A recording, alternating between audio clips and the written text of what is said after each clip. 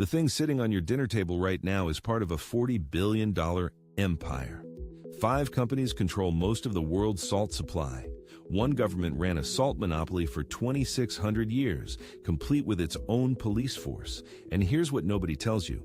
Only 6% of the salt produced on this planet actually ends up as food. Salt is the most invisible commodity on Earth. You touched it this morning. You drove over it last winter. It's in your water softener, your shampoo, your pharmaceuticals. 300 million metric tons get produced every year, and most of it never comes anywhere near a kitchen. 43% of all salt used in the United States goes onto roads. Another 35% goes into chemical processing, making chlorine, caustic soda, the building blocks of industrial chemistry.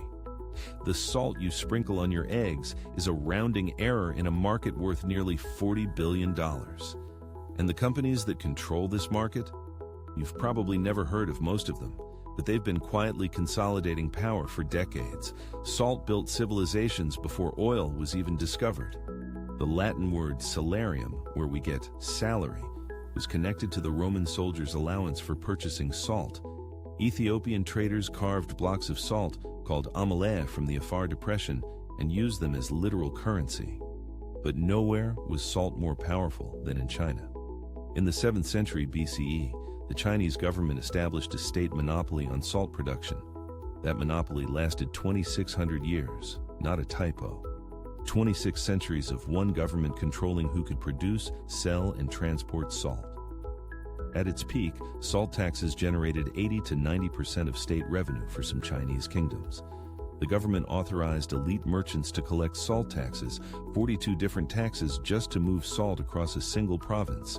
Those merchants became some of the wealthiest people in the ancient world.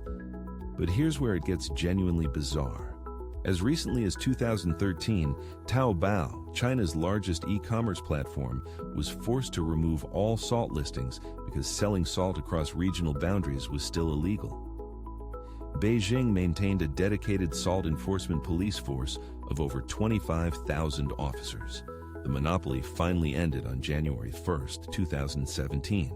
The world's oldest monopoly, outlasting every dynasty that created it. And salt didn't just build China, it nearly broke the British Empire. In 1930, Mahatma Gandhi walked 387 kilometers to the sea to pick up a handful of salt. The British Raj had imposed a salt monopoly on India. The salt tax represented 8.2% of colonial tax revenue. 60,000 Indians were jailed for making their own salt. Gandhi chose salt because it was the one commodity every single person needed, regardless of caste or religion. Fast forward to today, and salt is still about power, just different players.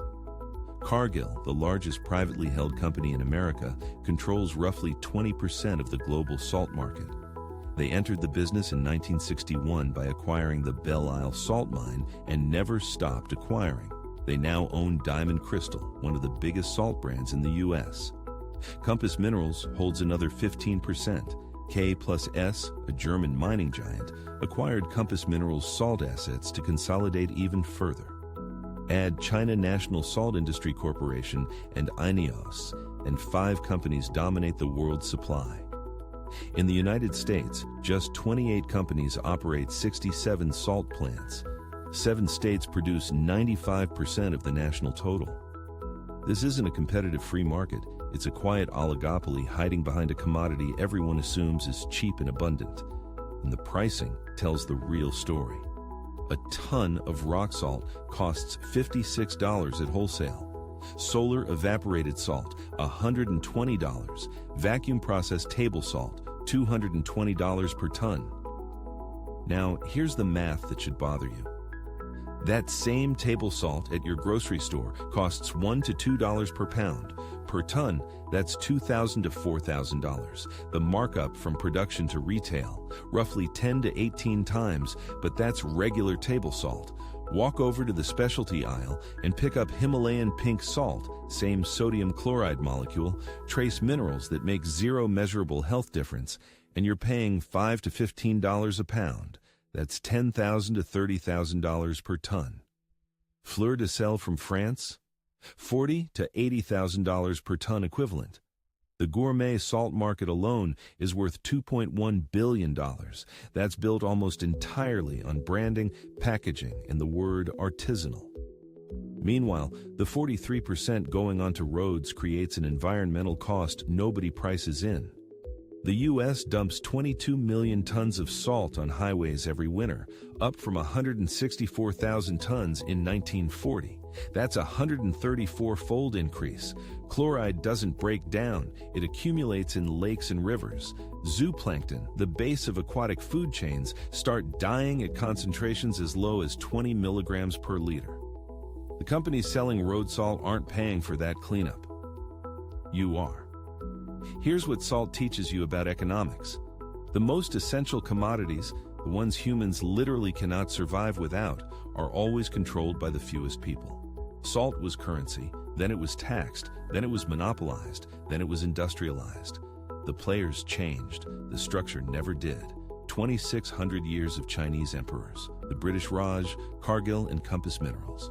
Different centuries, same playbook. Control a commodity everyone needs, keep the price just low enough that nobody questions it, and build an empire while the world looks the other way. The $40 billion rock on your dinner table. And you never even noticed. Salt might be the oldest monopoly story on Earth, but it's not the only one. Next time, we're looking at why Ozempic is the most profitable drug ever made, and how one company turned a diabetes medication into a $50 billion weight loss empire. Subscribe so you don't miss it.